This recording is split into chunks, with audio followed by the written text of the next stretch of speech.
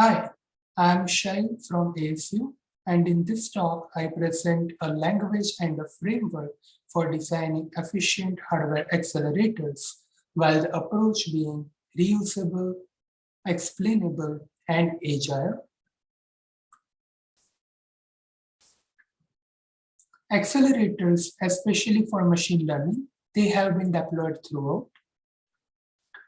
These deployment scenarios have strict constraints for designing accelerators for multiple workloads, such as latency, energy, throughput, and chip area. Common approach for design is defining an architecture template in Architecture Description Language, or ADL. So we define one architecture in ADL, like what kind of computation and memory units are connected in what way. It's a fixed architectural organization, and the whole system stack, like the power and performance cost models, simulators, and compilers, are heavily built manually by experts around this just one architecture template, and the whole design space is nothing but the hyperparameters of this template, like number of function units and buffer size. All these are great, but there are a couple of challenges here. The first one is design inefficiency.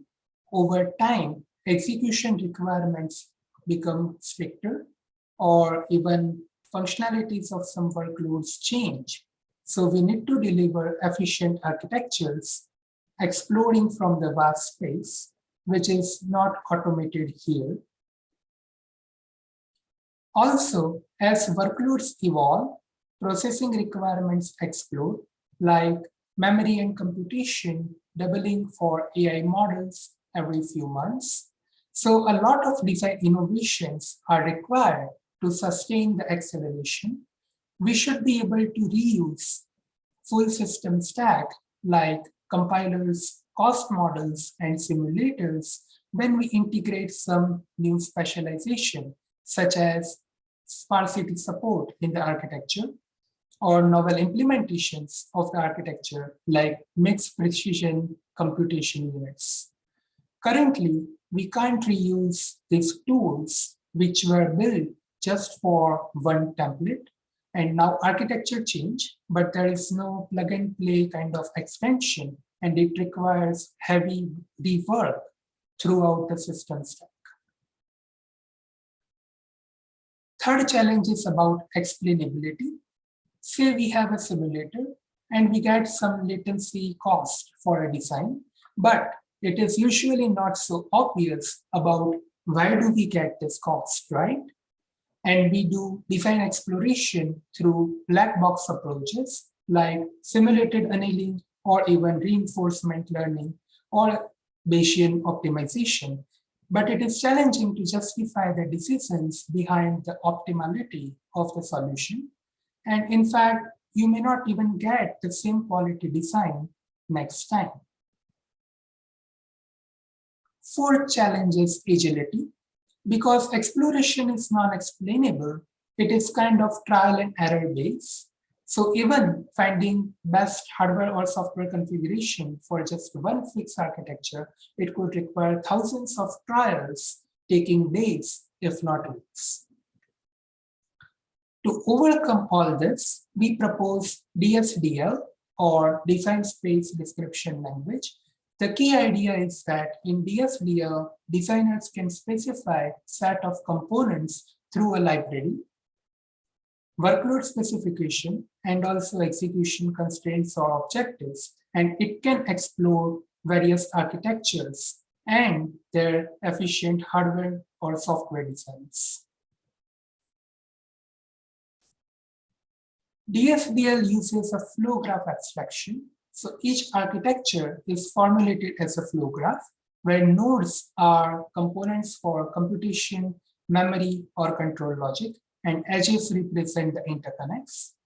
These components can be even user-defined, like for specialization, and the nodes can even be a subgraph So DSDL can thus construct variety of architectures. It allows defining rules in terms of the legality of the design that we could generate for the space, like what components can be connected with what other components, and maybe exactly how, and any relationship among the hyperparameters or rules for a valid organization. In addition, there are also optimization constraints, which define rules for meaningful exploration. So designers can explore designs maybe only with, say, homogeneous child nodes or certain hierarchy for buffers.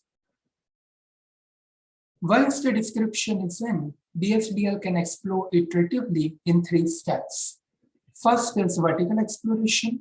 So it would pick a flow graph, and based on the workload description, it would check whether this flow graph is usable for these workloads. And once a flow graph is found as a valid sample, then a second step would take place, which is horizontal exploration. Essentially, it would figure out what are the optimized parameters for this one architecture, like buffer sizes. Then once a design is sampled, DSDL would do co-design, so optimize software for the design. And in fact, all the 3 steps, there could be joint exploration, especially when we can enable explainable DSE. We can also do full stack automation because we can parse the flow graphs, get definition of individual nodes and edges, and develop the collective feature. For instance, we can parse the latency cost associated with each node, and we can construct a cost model. We can also construct the simulators and compilation badges. And for simulation, all non-accelerator related functionality is mapped to a synthetic controller, which would also ensure triggering of the flow graph, providing the input data and collect the output data. And we can develop the tools for the flow graph abstraction instead of just a specific NPU architecture. So we could still do full stack automation when architecture is reorganized or enhanced. We can have explainability because we do bottleneck analysis of the flow graphs. So it informs us about the major factors that contribute to the cost by parsing the cost graph. For instance, we can infer that computation time is 4 times higher than time to communicate data via interconnect. So it can point to such bottleneck information, and usually also the parameters that are associated. With the required scaling, we can predict the next values of these parameters, and it helps us driving the explainable DSE. So it can help building Agile design flow. And our recent results for individual flow graphs show that we can achieve efficient designs in just order of few minutes instead of taking days for black box approaches. To conclude, we need to have a robust design methodology which can provide efficient designs through comprehensive exploration. DSDL can enable it along with full stack automation, including supporting novel architectures and functionalities. DSDL can also provide explainable exploration through bottleneck analysis and the exploration agility.